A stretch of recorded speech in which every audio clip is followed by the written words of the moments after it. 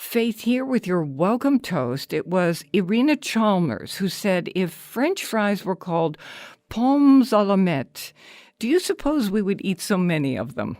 I got that sunshine in my pocket, got that good soul in my feet. I feel that hot blood in my body when it drops. It's great to have you joining the party on the Faith Middleton Food Schmooze, inviting you to eat, drink, and be merry with us. We're in our culinary studio at the Big G Gateway Community College in downtown New Haven, where we use their culinary education program's 5 professional kitchens. And are they decked out? My treasured food buddies are here, but we want to tell you what's coming up. On this radio and podcast episode, we're going to give you lots of tips on how to sear meat or vegetables on your stovetop, plus how to make simple pan sauces, which is a thing that I love to do. The author of Searing Inspiration, the new cookbook, is our guest. And we're all going to talk about how to make an instant gravy. I'm someone who stresses like crazy over gravy.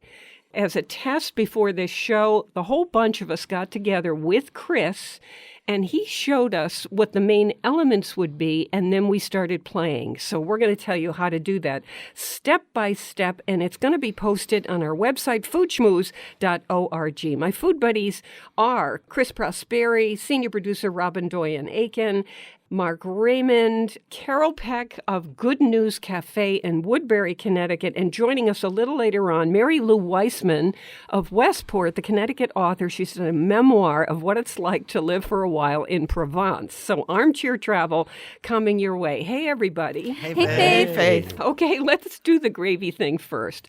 All of us, Chris, Mark, Robin, we stood around the stove here at Gateway. And Carole, what we did is put in a whole bunch of elements instructed by Chris. He said, here's a container of chopped tomato. Here's some garlic chopped up. Here is some onion. Here's a little sherry or bourbon. Here's 1 strip of bacon. And here's a container of chicken stock. So Okay. I bet you know where we're going, Yes, right? I do know Okay. where we're going. And some cornstarch. So, and some cornstarch with a little water in it, just to make it thick. Flour, if you undercook it, can taste very floury and weird. And what do we need it for? It's a thickener, but there are so many other thickeners. So, Yes. cornstarch is so neutral, Carole, right? Yes, indeed. Also, potato starch is another good one. And chestnut. Have you ever used chestnut flour? It's a great Yes. one. You know, because you do this at the restaurant. You have such a huge gluten-free bunch Menu. of stuff. Yeah. By the way, I forgot to say that Carole's here from Good News Cafe because they are celebrating 25 years. Wow, that's amazing. And she's helping other people as a way to celebrate, which is very much like her. And also has given us recipes to post on the site. So you're going to get those too. Okay. Let's all together say what we did to make this chicken stock-based gravy for your turkey. This is a minimal amount of things, and I will say that it is my idea to use 1 strip of bacon as the fat for this. Because Nothing wrong with that. Nothing wrong with it at all. Not to mention We all just agreed. a touch of bourbon. But that and was you yours can as cook, well. You can cook that off so that it's not an issue for anybody who does not drink alcohol by choice. Okay, number 1 step, what did we do? We cooked a strip of bacon. And then we took the strip of bacon out and we left all that good, we'll just call it bacon juice, in the pan. Okay, yeah. So we have the bacon juice in the pan. And then to that, we just added a nub of butter, just a little bit, and then a half chopped onion. Because what we want to do is get that onion caramelized. That took about 3-4 minutes. Nice diced up. We kept it stirring on medium-high heat. You saw it started getting brown in the pan, right? The pan edges got a little brown and toasted. Because we're not talking here about 30-minute or 60-minute caramelized onions. No. We're just talking about a little brownish stuff little on the brown onion. stuff happening. And then the bottom of the pan, which is going to be good stuff later on. Okay. Then go we threw in our chopped up tomato. And it was 1 plum tomato that we just chopped up and threw in there. We cooked that just, again, a few minutes. Then we add 2 cloves of garlic. You cook that for a minute or so. And then we splashed in some red wine. And that's going to pick up all that stuff off the bottom of the pan. So now we've just added the wine. We're stirring and we're cooking for, what'd you say? 2 minutes. Okay. Yeah, it got nice and syrupy. Then we added our chicken broth. So you were actually reducing it a little bit. That's why it became Yeah, syrupy. syrupy. And then we add our chicken broth. How much did you add? A couple cups. Now listen, you don't have to write this down or memorize this because it's at foodschmooze.org. So once we got that up to a simmer, that's when we made our cornstarch slurry.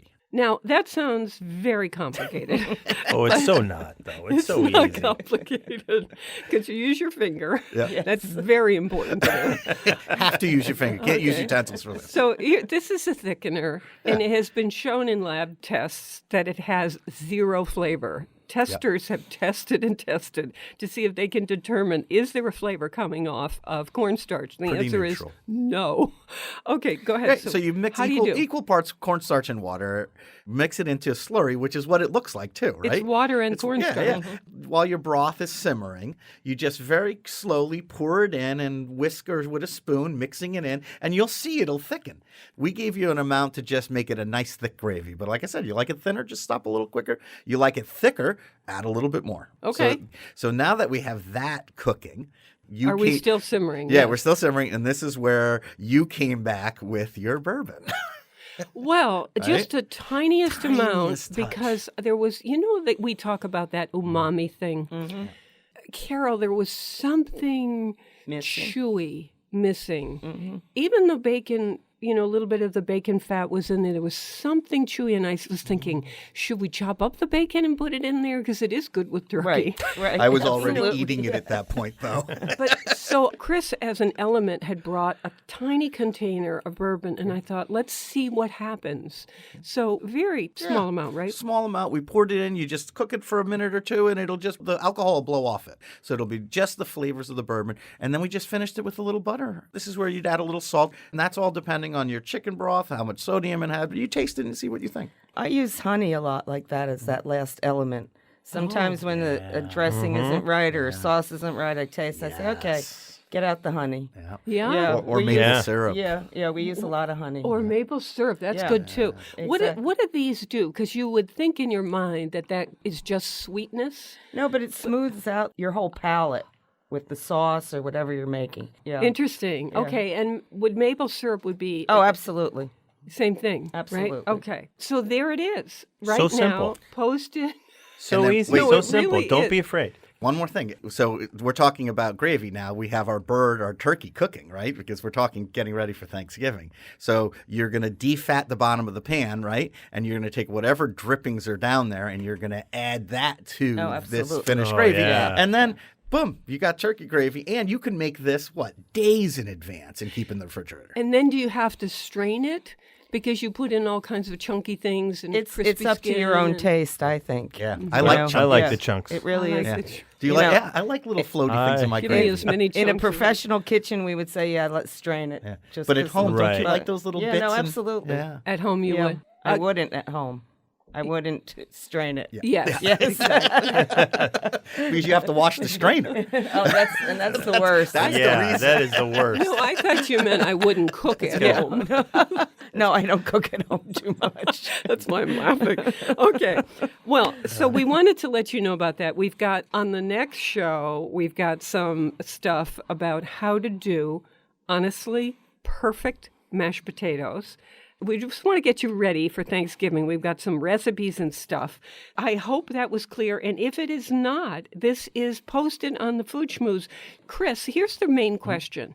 We did a small amount because there were 4 of us standing around the stove. Yeah, 2 cups. Some people have crowds and they want to make quite a lot of gravy. Is this the type of recipe you can scale up? Yeah, very Does easily. that mean scale up every single item, like 2 strips of bacon instead of 1? Or Or even 2 strips of bacon in pound this batch wouldn't be Or a bad. pound of bacon. Carol, Yes. if you're not a meat eater, Right. I don't know what you're doing with the turkey in the first place, but let's say bacon is beyond the pale. What would you use to give it that sort of, I don't know, beefy, chewy, kind of smoky? What could we substitute that gives that kind of umami thing to the gravy? How about mushrooms? Yeah. How Right? about Do you like- how about dried porcini mushrooms? Yeah. Yeah. Yeah, sure. Or You know? even just Like They a have soda. they have a nice little kind of Yeah, smoky earthy note. taste to Yeah. it, too. Yeah. That's good. Right? But why not eat the bacon? Okay. I know. All right, the Yeah. I other, understand. the other People don't. I don't criticize. I make tamari sunflower seeds. You just put them in some tamari and bake them off, and they taste exactly like bacon. That would Oh. totally. So you could put those in there. I need to You have get our some of Wait a crunchy those. things. minute. Yeah. And you'd have your crunchy things Yeah, too. exactly. Oh, just Texture. a minute. Yeah. Really? Yeah. How do you do that? Tamari or soy, but a lot of Tamari, people gluten yeah, thing. it's gluten free. Yeah. You just take and toss your sunflower seeds in that into the oven. You don't need anything else. Oh, what that's the what salt and temperature everything. would that be? Everything is high in the restaurant. On or off. It's 550 or nothing.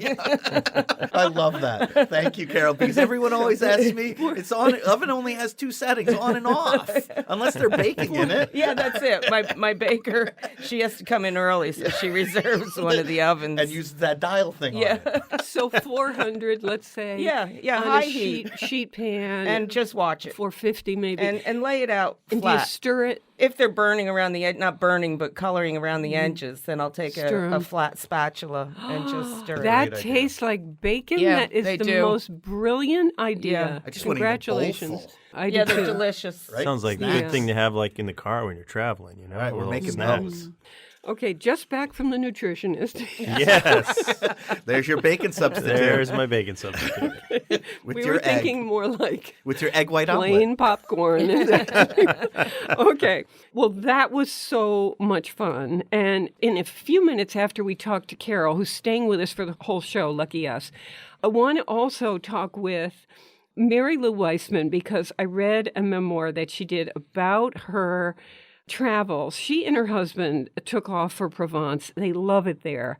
And she came back and wrote a kind of travel memoir about what happens when a couple tries to be a little bit French and do all the things you need to do, maybe to be mistaken for regulars. And it's that dream we all have, I mean, many of us have, for some country. And so she did it, and we're going to talk with her about that. There's even a recipe attached to this. Okay, here we come to Carole Peck, who is co-owner of Good News Cafe, which is celebrating 25 years of what I describe as excellent cooking. Carol, you decided to celebrate your 25 years, not only by redoing the entire interior, but also to celebrate other organizations that you respect. Tell me about that. I started doing benefits right after 2001 when the World Towers came down. And then I kept doing them until restaurant turned 15 years old. So when I decided that we needed to have a bash, I thought, well, you know, we used to give a decent amount of money to these organizations when we did that. So let's do it that way again, you know, and it's just that kind of fun, light night. And with the change of the restaurant, people are amazed how different it looks and It's the new beautiful. feel of it. Yeah. Chris can So- testify. Yeah. It's absolutely. He's gotten a sneak you peek. loved sitting in the bar having Yeah, dinner. It's it's, just such a gorgeous room. And they are, Good News Cafe is on Main Street in Woodbury, Connecticut, which is a wonderful destination all by itself. Their anniversary celebration is Friday, November 9th. And it is, I guess, a thank you to locals who've supported the restaurant all these years, including, I'm not a local, but including me, local farmers, the entire community, really. And the anniversary is going to feature farm-to-table cuisine. So there's going to be music for dancing and all kinds of cocktails, and it's $80 per person. By the way, this all benefits the Pomperaug River Watershed Coalition, Woodbury Community Services, and the Woodbury Fire and Ambulance Associations. Awesome. And I couldn't be happier. And just to keep her giving going, Carol's given us 3 of her recipes, which we have posted on our site, foodschmooze.org. Schmooze, S-C-H like school, M-O-O like the cow, Z-E, foodschmooze.org. Is this a cauliflower flan? Yes. It's the best thing. That sounds I can't take amazing. it off the menu. Usually I say, well, cauliflower is more of a later in the season vegetable, but they're wonderful. I've been making this for years, and it's on the menu as a side. And right now we have it on with a salmon dish with Brussels sprouts. Heaven. No, I've had it. let me just say, Heaven. I have been ordering this thing for quite a long time because it is so delicious. And I was with a bunch of people who are from Woodbury, and they said, just try this spoonful. And I said, Can I have waiter, another? waiter, I'll have one of these. Really, it's so great. Thank you so much for sharing that recipe. And it's the wonderful others. for the holidays because you can make these up ahead of time and reheat them. You don't even have to bake them the morning of or that kind of thing. You know, So- that's a fantastic idea that this could be a dish at the holiday table. And so it's up there at foodschmooze.org. In about a minute, we're going to take a quick break. Then we're going to talk to Mary-Lou Weisman. But first, we wanted to say congratulations to Carole and Bernard for 25 years at Good News Restaurant and Bar. Amazing. Completely redone, and you're going to be kind of knocked out, I think. Coming up, we have two things that are going to be fun. A book called Searing Inspiration, in which Susan Volland teaches us how to sear meat and vegetables without burning it to bring out flavor in things. This is a chef trick. It's not very hard. You can do it on your stovetop. But here's my favorite part. She does how to make a pan sauce.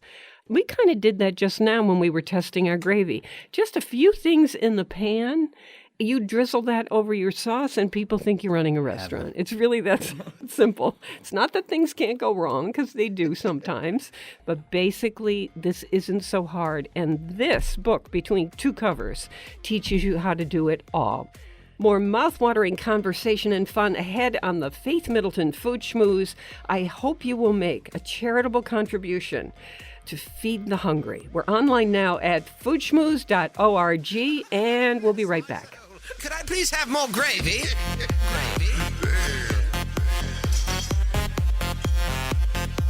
I would like to have more gravy.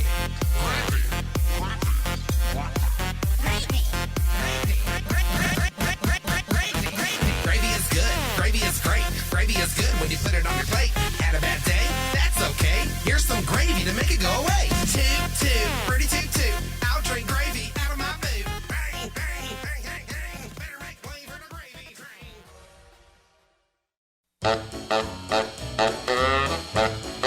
Beans and cornbread.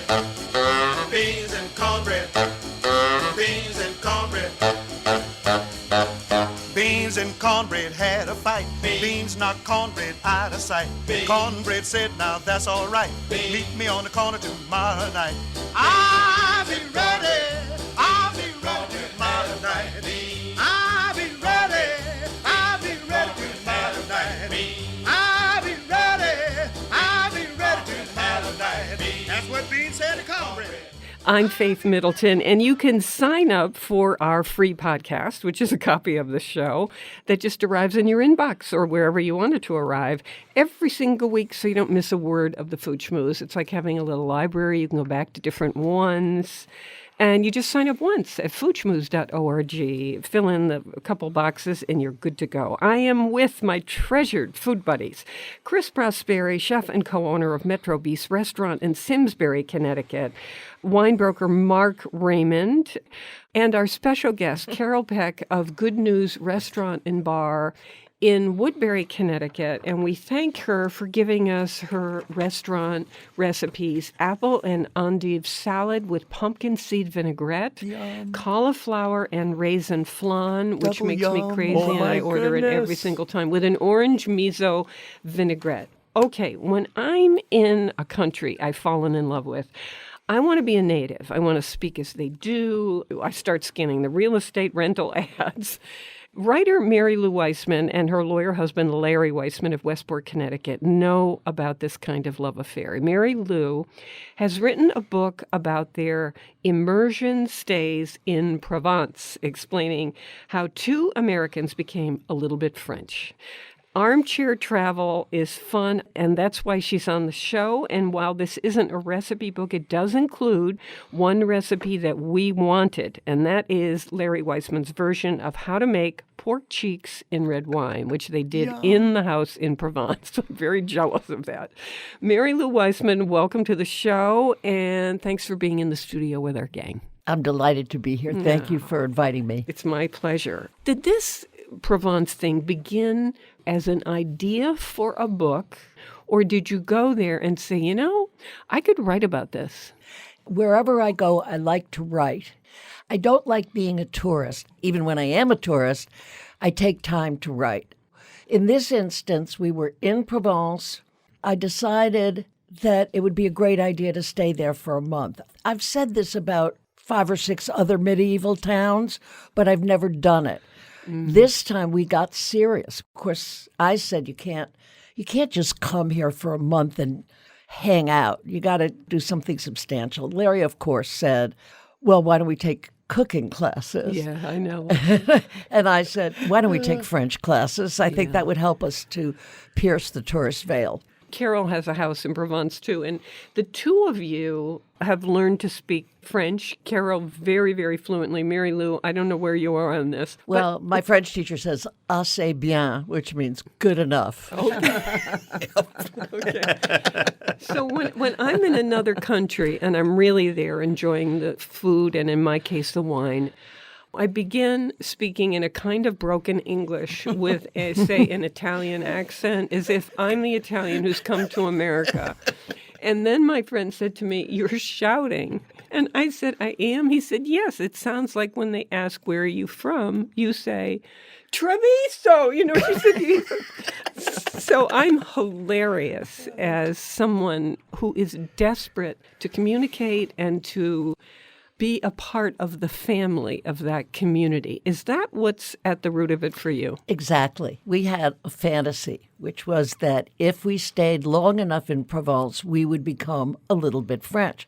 Do you feel like you did? Yeah, I little feel like bit. you did too. A little bit. And what's the root of that? It's the conversations you seem to be able to have beyond, how are you? I am fine. Absolutely. That's no. the deal. And we did study French pretty seriously. And we lived in very small towns. So as a result, our French teacher, who held the key to the kingdom, which was language, I mean, that's how you get in. The Provençals are extremely warm and helpful, and they're very proud of their food. They're very proud of their way of life. Ditto for the French, but the French are more like New Yorkers.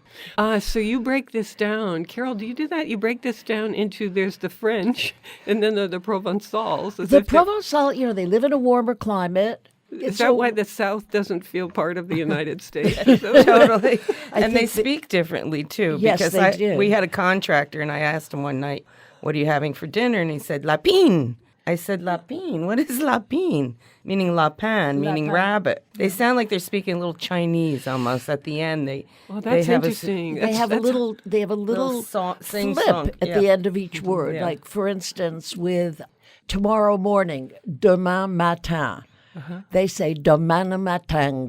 Yeah. That's the old Sounds Provençal language coming through. This is true in Sicily, which has a dialect far different from other parts of Italy. And so even my shouting there did nothing.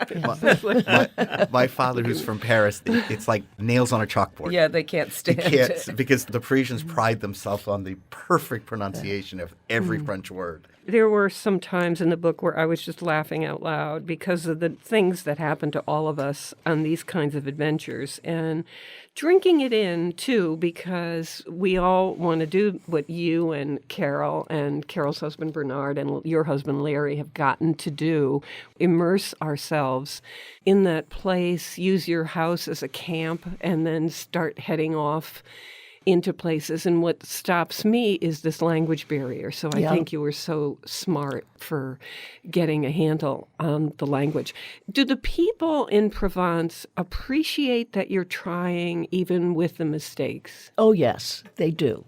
Of course, we didn't tell them that we'd had 3 years of high school French before we ever got there. So after 2 weeks, they were amazed at how well we spoke, and we did not clue them in. Really? In high school, I was taking Spanish, and I learned, hello, my name is Anita, and the dogs are barking in the park. That helps you when you travel to South America. You didn't learn about albondigas? I actually remember having to learn I am an itinerant vendor of rabbit skins. In school? It's not useful. Not useful. Did you try? There was just no situation in which that was an appropriate thing to say. You know, there's an immersion language lab at Yale University, which is renowned because people who have to go and study and work in a place have to learn fast and in-depth. Willie Ruff, the jazz musician, learned Chinese in a very short amount of time, which is incredibly difficult. Okay, there's something a little cinematic when I read your memoir, which is, I should say, is in paperback and called Playing House in Provence, Mary-Lou Weisman. And I find that what I keep taking away when my mind turns to it is a vision of you in your couple of houses, because you went back a couple times, and what that looked like when you opened the windows and up the staircase. I see you on your bicycles pedaling away, deciding what to do, what to make, what you said in these groups. And I realize that that's so interesting about memory and a book, that cinematic thing. And I know you as a writer, and I know that's a gift. You know, you need to use all your senses. And when you're in Provence, it's a pleasure to do so.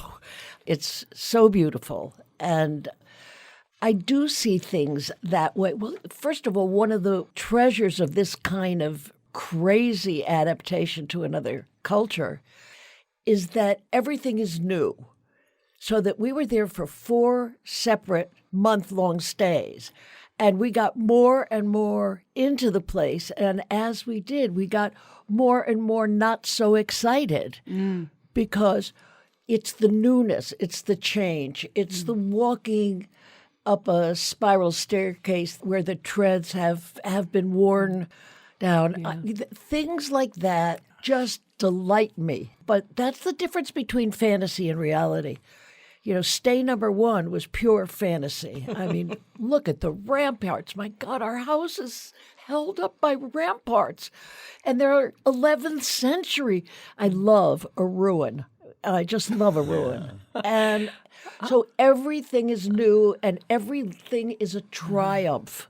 You know, you learn a word, it's a triumph. You find, because you broke a shelf in your refrigerator, which was unfortunately glass, you have to learn the word for glass. You have to learn the word for shelf. Then you have to do the hardest thing of all, which is to call the place and speak French to them. I have a friend, Teresa Henkelman, who lives in Greenwich. She is co-owner of a restaurant there. And yes. Thomas Henkelman. And she said to me a long time ago that she really wanted to learn French because so many of the guests were from France. These were intellectuals and all of this. So she learned French. She worked very hard. Her husband was French-speaking husband at the time and worked very hard. And she said to me that she was finally able to understand the conversations. And she said, they're boring, just like we are. So I think there's something that you're describing. Yes, I'm describing, both Larry and I fall in love with fantasies, and we seem not to have outgrown them. I know that. And we continue to do these things. And yes, it was well worth doing, but fantasy does have a way of turning into reality because there's no other option. Yeah. It's like making your vacation home into your home. Yes. You know? Yeah. So Then all of a sudden it's a whole different place. Yeah, exactly. So the food, you know, the fruits and vegetables, I was so in love with them when I was in France that I was in the Burgundy region and I walked into an olive oil store and bought a painting off the wall that had been painted of fruits and vegetables in the market because I was beside myself at how delicious they were. Was every meal delicious? Yes. Yeah. Yes, it was. We ate out a fair amount, although we mostly cooked at home because that was the part of pretending to be French. You have to And you cook had French. guests. And, yeah. Yeah, we had guests. We did what we imagined we would do. Let's talk about the recipe that's in the book. And this is Larry making a local recipe, which is pork cheeks in a Côte du Rhône, which is a French wine, a red. If you don't have pork cheeks, what could you substitute, Carole? Not beef. No. Disappointing. Any other part? You would want to use eventually a pork shoulder because it's got fat and sinew because Okay. it's a braised dish and you want to have that Okay. element in there. So it's a bottle of red wine, carrot, olive oil, leek, tomato, onion, garlic, celery, chicken stock, thyme, rosemary, tarragon, brown sugar. Doesn't this sound Provençal? Was it good? It was delicious. Larry made this, yeah. Larry makes it, and I'm his sous chef. I do the thing lot of called mise en chopping. place, Yes. you know, the everything in place. chopping and the Learned her putting in French. That's it. different bowls put in place, you know. I know. And he listens to La Boheme and sings along. Oh, And it's a nice. happy time. And I must say, when it comes to pork cheeks, you really can get them. I went online just for the heck of it, and you can find them anywhere, and they are cheap. Oh, they're delicious. The cheeks are so good. Something about the face that is making me so sad. The idea of taking the cheeks is that so hypocritical. I Yeah, know. because the way you love bacon, you would think that, Wouldn't you you? could Yeah. have Wouldn't their you think? stomach. After we got the bacon, the pig didn't miss the cheeks. Okay, very quickly, I'm sorry. I don't want to end on a down note because I enjoyed playing a house with you in Provence, Mary-Lou. There has been a lot of talk about anti-Semitism in the countryside, not just the cities, but the countryside of France. You and Larry are both Jewish. Did you experience it, see it? Was there any discussion about that? Never. Interesting. We were, when our French got better, our French teacher invited people to come and have lunch with us. That was part of the French study, was Immersion. to speak French at lunch. And I never ran into it. What I did run into was anti-Muslim sentiment. Plenty Very of it. big. I mean, France has always had a reputation, for perfectly good reason, for being anti-Semitic, but I didn't ever come across it. Thank you so much, Mary-Lou. Well, thank you for having me. It's been my Yeah. pleasure. Do you have a new place you're going to write about it? Because I know you like to go places and I'm write. not sure yet. What I've learned is that even more than ever, I really don't want to be a tourist. So whatever country we pick, we have to learn the language in order to begin to achieve our original fantasy. Which is to have conversation with people. To have conversation and to know how to be. Yeah. What fun talking about going to these other places. I know that experience, and it's such a treat. We love the local. Please support your local food growers and food makers. Next, we have a cookbook called Searing Inspiration about pan sauces, how to make them. It's a good lesson. Okay, stay with us.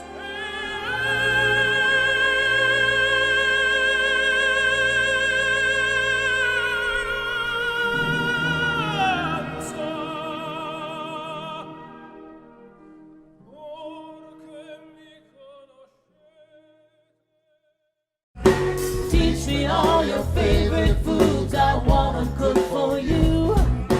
Teach me all your favorite foods, I wanna cook for you. Teach me all your favorite foods, I wanna cook for you. Teach me all your favorite foods, I wanna cook for you.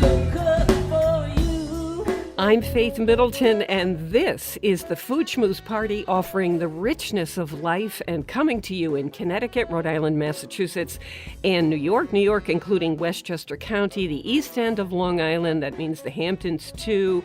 The senior producer is Robin Doyen-Aiken, and to hear the show on Connecticut Public Radio, it airs Thursdays at 3 and 9 p.m. and Saturdays at noon. Podcasts are curated recommendations ingredients are always online at foodschmooze.org. We're featuring this cookbook now, Searing Inspiration, on this show because it's about how to do something that I love to do at home, make simple pan sauces for whatever protein I'm pan cooking. It could be tofu, chicken, beef, pork, seafood, even vegetables. So you take a couple of minutes to make a pan sauce at the end of cooking your protein or your vegetables. And what was possibly boring is suddenly a wow. That's the magic of pan sauces. And one of the things that you do to bring out flavor is to sear a piece of meat or your vegetables. That doesn't mean burn, it means sear. And this book is kind of a lesson between two covers on how to do all of this. You're about to meet our guest, author Susan Volland, who is going to teach you. And so will I, though I'm a shortcut kind of girl. So Susan is a classically trained chef and really knows what she's doing. When I make a hamburger on the stovetop, I get the pan pretty hot. I add a little bit of oil, and then I sear the meat on both sides. Now, let's say I'm doing a steak on the stovetop. So pan hot, a little oil, sear the steak on both sides. Maybe it's not completely cooked through, so I pop it in the oven if it's not done inside. And when it's ready, I put the steak pan back on the stove, low heat now, and I toss in a little butter, a splash of red wine. I scrape up with a wooden spoon all those crispy stuff on the bottom of the pan. I let it reduce a little so the alcohol cooks off. I taste it, and then I drizzle it over the steak or the potatoes or whatever. And it makes everything really fun, and you feel kind of restaurant-y. It's not scary, I promise you. I certainly have made some mistakes, but you really learn as you go, and that's how I learn. And that's why Susan Volland is here to give us tips and ideas. She is author, Susan is, of Searing Inspiration, as I mentioned. Susan, welcome to the Food Schmooze Party. Thank you very much, Faith. You're welcome. Let's start with what searing does for either vegetables, fish, meat. What are you trying to do by searing something? The essence is to add flavor, to get that brown, aromatic, flavorful surface that comes from what's called the Maillard reaction. It makes that roast taste roasty as opposed to being like boiled meat. Just getting that wonderful flavor, sometimes a little bit of a crust, adds aroma and adds a real savory umami element. Mm-hmm. So you believe in umami. Carole, do you believe in umami? Yes. It's a thing. Yeah, no, absolutely. Do you not believe in? You're going to get me started now. Oh, do you no. Not believe in umami? Oh, no. No, we all believe in that. We believe in it, yeah. I'm a follower. Desperately. No, it's like a religion for us, isn't it? Thank goodness. You worried me there for a I minute. know. No, you can be calm. Okay. We understand why we're searing anything, because it brings out flavor. Now, let's walk people through a recipe that we made. We is the generous version of Chris made this. One of my favorite dishes in life. So if I'm on an island stranded, I'm probably going to say, can I have chicken picatta while I'm there? So this is a chicken breast cutlet with lemon and caper sauce. Mm-hmm. Chris, tell me how easy this was to do to make this pan sauce. Simple. We lightly floured the chicken, salt and pepper, and then in a hot pan, we seared it on both sides. Was the pan preheated before you put your oil in? So Carole and I were just talking about like the oven. Remember, there's on and off. With the pan and searing, there's not just on and off. You have to get the pan to the right temperature. I always tell my young cooks when they're starting out, listen to the pan. And if Susan it's too talks loud, right? about that If too. it's too loud, then it's too hot. If it's not making any noise, it's too cold. So you get a feel for it. So you heat up the pan, a nice medium-high heat. Mm-hmm. Then you add your oil. Then you flour, and I even used cornstarch. You can use rice flour, salt and pepper, dredge it, and then it goes in the hot pan. Mm-hmm. Yeah. You can hear it cooking. That's the cool thing about cooking. You cook with all your senses, right? It's not just seeing. You hear it, you smell it. When you start seeing it browning around the edges, you know you're going to flip it. Once it cooks, gets nice and brown on the other side, you remove it from the pan. Okay, Susan, jump in here. How did you make the sauce after you browned the chicken? You mentioned it before when you were explaining the hamburger. You get those yummy brown sticky bits at the bottom of the pan, which is all about the flavor for the sauce. So you want to make sure that you have browned your chicken so that those sticky bits are golden and aromatic, and then dissolve those into a matter of liquid so you have that flavorful liquid that goes on it. And what I kind of explain is it's the difference between the taste of the turkey and the smell of the turkey when it's roasting. You have those sticky roasted bits, and you're turning those liquefied. And then you do aromatics, so you have a little bit of garlic, a little bit of chili flakes, a little bit of shallots, and that flavors the oil and it adds a complexity. And then you deglaze it, meaning you add some liquid and you melt all those crispy bits into the liquid, reduce that down. You can embellish it. In this case, we embellish it with capers and lemon. And then we enrich it by adding something quite delightful, like a little bit of butter or a splash of cream. And so those are elemental steps that are repeated in almost every simple pan sauce and even complex pan sauces. You understand those elements and you can make a world of different flavors and combinations.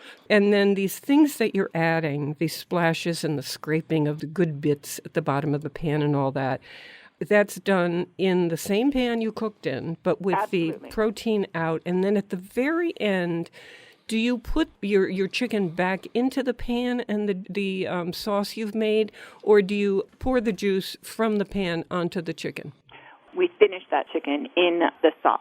It's browned, taken out, the pan sauce is sort of filled, then you return the chicken back into that sauce and make it a whole kind of cohesive dish. This is Susan Volland, and she is author of a book called Searing Inspiration, and it is our featured cookbook. We're going to tell you about Susan's halibut with coarse mustard and rosemary sauce in just a minute. Carole, what am I doing wrong when my fish feels a little tough on the outside? I think you're probably overcooking it when you first sear it because it makes it seize up. Another thing you should do on fish is to make sure you dry it, pat it dry, because that you won't have as much liquid even coming out of it into the which starts to poach the underside. Yeah. Well, what's amazing is people can buy a griddle and they think it's just for cooking pancakes on your stoves, but that is a plancha. To cook fish and to sear things on that is fabulous. But the plancha is flat, right? You can't make a pan sauce in that. No, you can't. Okay, so this is where Susan comes in. Yeah. But Carole, thank you for that tip. That's going to make me better. Okay, Susan, halibut with coarse mustard and rosemary sauce. Let's start with the searing. We did this one on the I show. know. I wish we did. You didn't put your so request good. I in. got to make this at home. Halibut is one of my favorite me too. pieces of fish. It can be pricey, so probably there are other fish that you could substitute. But it's a good fish to sear. It can take the heat. Yeah. So, Susan, your halibut with coarse mustard and rosemary sauce, we're all a little gaga over this, and thank you for letting us put it on the site.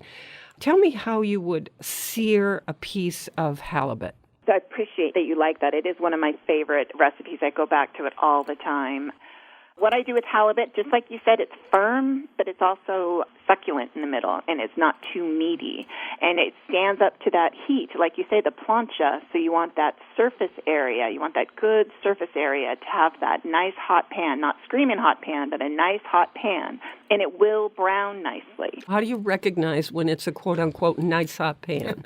When you drop 1/8 of a teaspoon of water, it will fizzle and disappear in a couple seconds. It'll kind of crackle and disappear. It won't spit, and it won't just kind of sit there and steam. When does the oil go in? The pan needs to be the right temperature. As soon as you put the oil in, it heats up almost immediately. So rather than kind of cooking that oil while the pan heats up, you put the oil in just when the pan's at the right temperature, swirl it in, and then drop your halibut. Let it sizzle, and you listen to it. Each piece that you drop in there has that same wonderful sizzle. And then you don't touch it. You just leave it there. Because if you fuss with it or you move things around, it's going to stick. How do you know, though, for us as home cooks and for me as a terrible fish cooker, how do you know when it is time to flip it? What am I seeing? Well, it takes about 4 minutes for a fillet that's about 3/4 to an inch long to get brown. On one side? On one side. Okay, so somewhere in that vicinity. Carole, you're a professional chef too, so what are you looking for? Also that your edges are starting to get crispy and a little brown, and then the middle part is going to be cooked. Okay. So that's when you go in with a long metal spatula, or a fish spatula, go under the whole thing and flip it. And your eyes show you the oil. If you really pay attention, look at the oil. The oil looks different when the pan is ready. It moves differently in the pan. It has a different sheen to it. And you know exactly when to put that fish in the pan by what the oil is doing in the pan. And that's why we always say you cook with your senses. My other anxiety point is that I hear myself so often at the dinner table saying, I'm sorry, this is a little overcooked.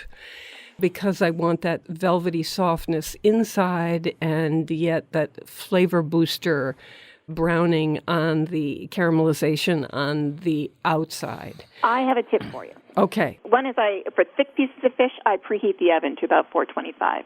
I flip the fish and I throw it in the oven and let it cook with that convection in that heat gradually as opposed to just the surface heat. And that means I can pull it out just when I think it's right. And that's the second tip, is that you don't want to stop and take it out of the pan after it's cooked completely, because it will continue to cook and continue to dry out a little bit as it sits while you make the pan sauce and by the time you take it to the table. So I always stop cooking my fish when I can peek in the middle and the flakes are starting to flake, but there's still a little translucence in the middle, kind of cohesive. It still pulls together. When you say flakes, it can fall apart when you take it out of the pan. But if it still kind of holds together but starts to flake, you lift it out, you put it on a platter, and you hold that while you make the sauce, and then it will become perfectly done by the time you take it to the table. Well, thank you, Susan.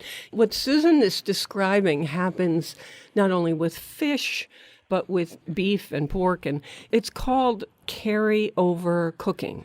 You'll see people in the food world taking something out a little tiny bit early because they know sitting and resting, it's keeping cooking. Yeah, and that resting part. And so that's crucial. That is so crucial. With fish, everything you you cook would needs to rest rest. your fish? Yes, the juices redistribute. I mean, it's all they the different. really? Yes, they do. Oh, yeah, they do. Oh, I don't know if you ever jumped into a really cold lake. It's the same thing with hot. If you jumped into a really I did see hot, that Seinfeld episode. Yeah. So I mean, that's the thing. You tense up, right? So meat too, proteins when they get hot or cold like that, they tense up. So you want to relax. You want to rest it. The longer you rest it, the better it is. And that's where pan sauces come in too, because if it Yes. starts to cool down a little bit, you've got that super hot, freshly made sauce that you can just spoon over the top of it, Exactly. zoom it to the table, and then you have that hot element and that well-rested protein. The sauce that we're talking about with a coarse mustard and rosemary sauce has in it some butter and white wine and a little Oh, my goodness. extra dry vermouth if you can. There's a whole grain mustard plus a Dijon mustard and some prepared horseradish, chopped fresh rosemary because it's so flavorful, a touch of butter and lemon wedges. There you go. And she's holding your hand through the whole thing. I'm talking with Susan Volland, who's author of Searing Inspiration. The third recipe we have on the site is a skirt steak, one of my favorites, with artichoke and pickled pepper relish. I love skirt steak. I think it's incredibly flavorful. What is it about the skirt steak that makes it that way? The fact that where the cut is from, it has much more flavor in that cut. And it's also got a really good fattiness to it. Without fat, we don't Right. have flavor. So Right. that's what you're getting in that skirt steak. Okay, so here was the thing. I was intimidated by artichoke and pickled pepper relish. Susan, when you walked me through how to do this in the pan, I thought, oh my goodness, I can do this. Absolutely. It's the same principles. You sear that meat nice and brown, and skirt steak does that. It picks up that brown real quick. Nice and brown on both sides. Let that rest. While it's resting, I think of this recipe as kind of antipasto. Some of the things you might have, and I have in my fridge. I like that. Yeah, so some pickled peppers, sometimes some marinated artichokes. You could probably put some olives or even giardiniera or something like that tossed in that elemental pan sauce. You've got a little bit of garlic, a little bit of onion. You've deglazed the pan with a little bit of wine, in this case vermouth. And then you add those kind of relishy items, antipasto items in your fridge. And then instead of enriching it with butter, you use a really beautiful olive oil. Very quickly, I have heard from people in the food world for the longest time that vermouth is actually a smarter pan splash to deglaze a pan to get up those crispy bits in terms of flavor than wine. Yeah, I don't see why not. I thought it always helped. It wasn't as sweet sometimes.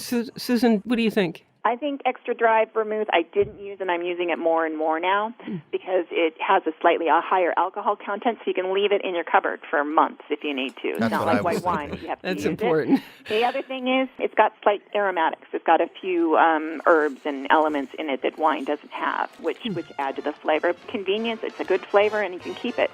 Susan, thank you so much for joining us on the show. Thank you so And much for having me. I for appreciate it. all your tips. And Great Carole recipes. Peck, thank you so much. Good News Cafe celebrating 25 years in Woodbury, Connecticut.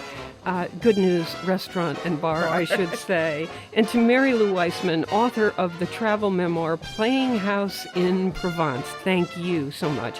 We're on Connecticut Public Radio Thursdays at 3 and 9 and Saturdays at noon.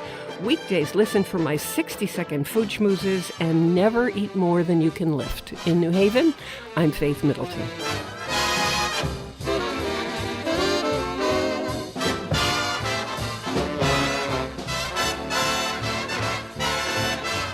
Everybody eats when they come to mind.